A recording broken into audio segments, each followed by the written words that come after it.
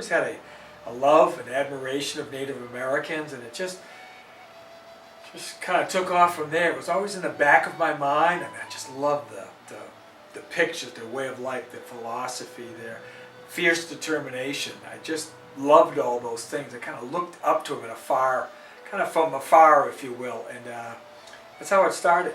I saw a bumper sticker, and it was the side profile of a Native American chief, and it said, "We are still here." I said, we are still here. And I remember, we are still here.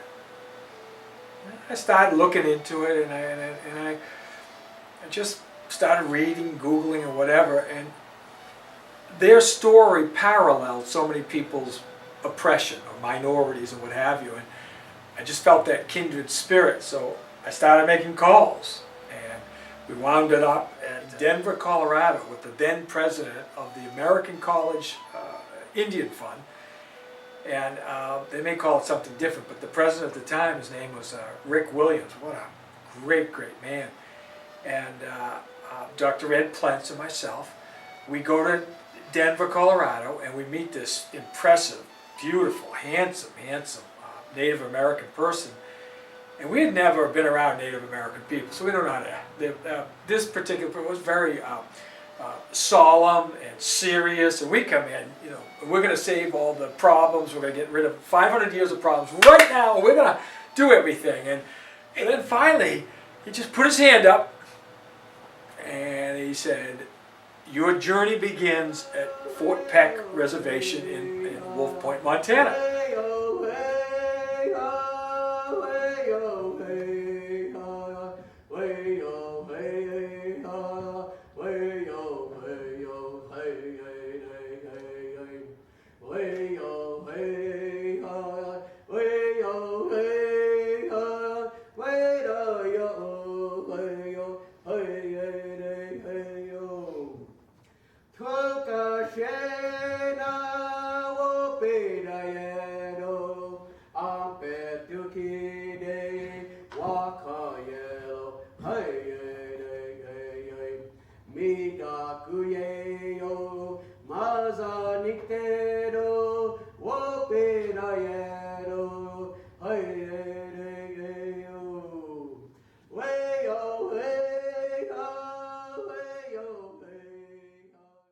Here we are in this desolate place in Montana, and we got introduced to a man, Kenny Smoker.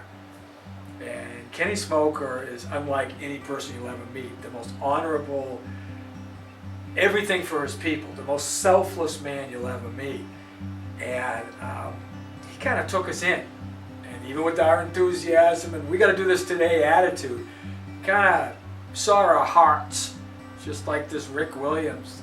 He saw our hearts, and he kind of believed in us and allowed Love Has No Color to start helping kids on the reservation.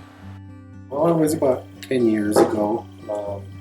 They wanted to come and help out the reservation and help out students. We met at the college. In fact, they sent some people up to look at what community projects they can do and have a kids' fun day.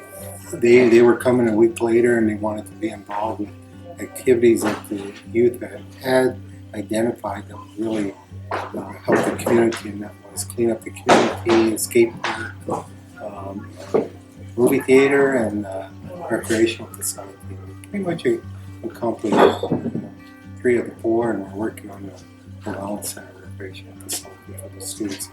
That's how we met, and through their efforts, we've been able to in the community. We're sitting inside the movie theater, a remarkable building. We took a lot of dedication. Yeah, those are some of the activities that they've been engaged with. Early years, we weren't welcomed. We're outsiders. We're Caucasian. They weren't real open because they kept saying, "You'll never be back." I said, "No, you got us wrong. We're going to be back." And they said, "Yeah, that's what everyone says." And the second year, well, then the third year, then the fourth year. Now it's, "Hey guys, when you coming back next? When you?"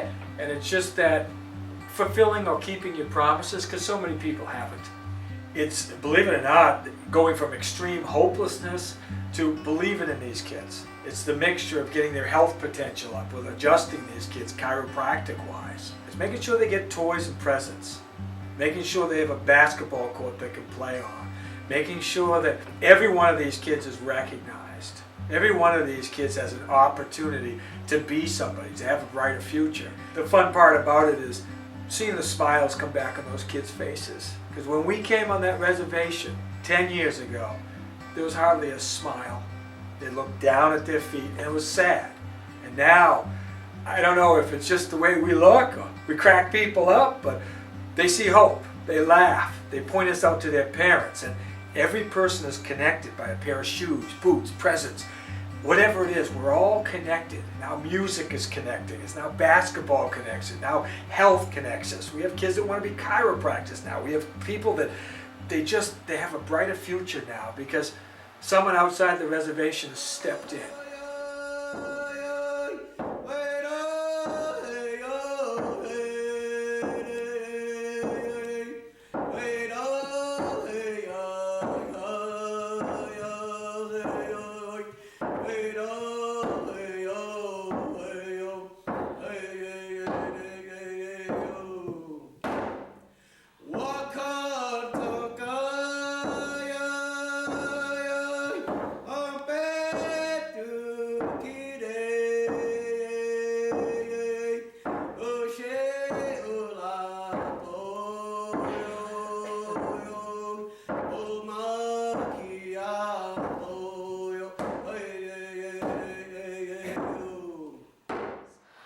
I've always been fascinated by Native American culture and respectful of it, and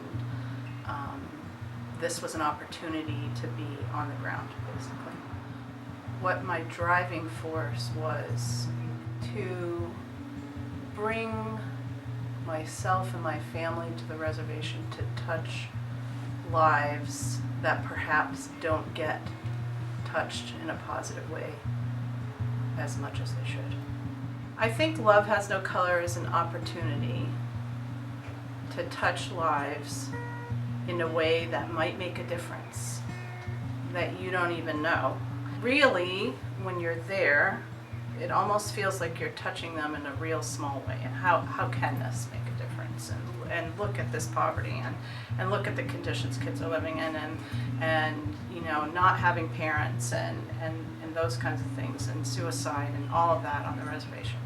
That's what it's about, is showing an interest, having somebody interested in what happens to you. Everybody needs that, especially little kids. So why do I do it? Because, well, truly it's what I do, is see this potential in all people. And my desire is to help bring it out. And Love Has No Color stands for that in some of the most talented, beautiful, spiritual people. But yeah, there's a calling there. And so Love Has No Color helps bring that incredibleness out, because there's a ton of hopelessness right now and 500 years of hopelessness. And secondly, it changes our office too, right? In our office, there is Love Has No Color, right? And so they learn how to be humanitarian, and they learn how to love. Here is a society of people that has literally been lost. The Native American culture is very rich and colorful and beautiful and powerful and mystic in a way to me, and it's being erased and washed away, and to me that's a tragedy. It's like respecting your elders, like respecting people that have lived on this land since before and when I'm related to, my ancestors were here, and just that respecting people that deserve it. That there's hope, that these kids live for it, that these kids love it, that any person who is involved with Love Has No Color, if it's volunteering their time, if it's volunteering money, if it's donating gifts, it has an effect. It's a personal connection, so it's not like you're just sending your donation, your money, out somewhere. It's like you build a relationship with those people, with those kids, and you get to go back and see those kids again, and you build a relationship with that town or that community, so it's real, it's tangible. There are people with lost hope, right? And again, that word, that small word, hope, means so much. And when all of a sudden you get to play, you get to love, you get to bring them gifts. There are some of the most unbelievable givers too you will ever find. And what compels me to it? I can't wait to go out there, and I can't wait to share it with what used to just be little me. Now it's like we have this team going out there and getting to share it with more people, right? And extend that love, and because it's so powerful.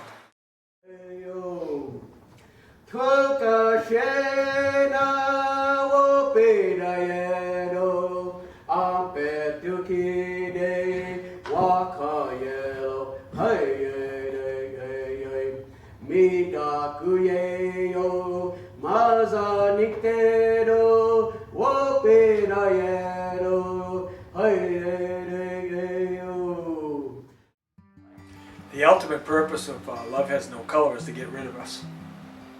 We want people to be not dependent. We want people very much to be live in freedom, because this is how this country started. So we're actually trying to replace ourselves, because they'll have chiropractors. They'll have people that take care of their people, and they'll have a way of life that's second. They'll have people coming in, tourism coming into their beautiful lands. It's just it's the most beautiful place you've ever seen, and it will just be a place of peace, a place of people actually want to come and visit.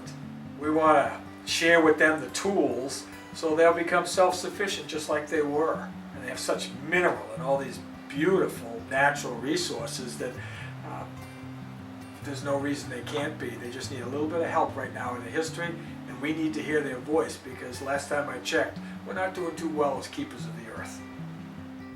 I think that the first off is, just a lot of really good-hearted people. They're very committed. You don't see that too much in the world today, that people want to be of help. That's the first thing that comes to mind. The second thing that comes to mind is hard work. The hard work that they put into making things happen year round. And so we try to do what we can to help welcome people here.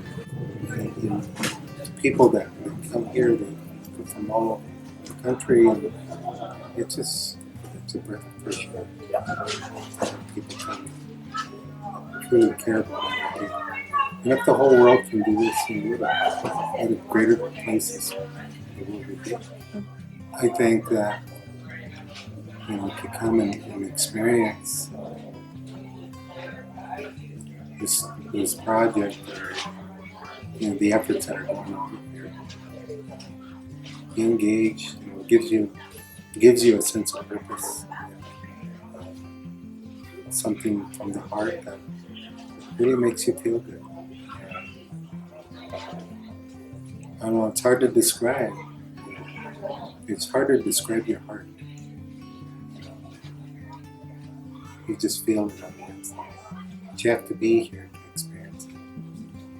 I just want to welcome people to come here and experience it. I see hope in there. I see new life beginning because of new renaissance. Part of their vision is happening right now. They've laid the groundwork. And our kids are part of that groundwork for the future. I see our individual kids wanting to be chiropractors. I see them wanting to say, it's not just I want to be like Mike. I want to be like Dr. Ed. I want to be like Dr. Kevin. I want to be like the docs that came here and brought hope. Because when I'm gone, this story will live on. And they'll say, who was that? What was that group? They won't say that. They'll say, it was a new renaissance. They'll say, that's who brought Fort Peck and Centerboard Sioux tribes to light that everything's possible as long as you believe. The hope, the way I see it is our children become healthy,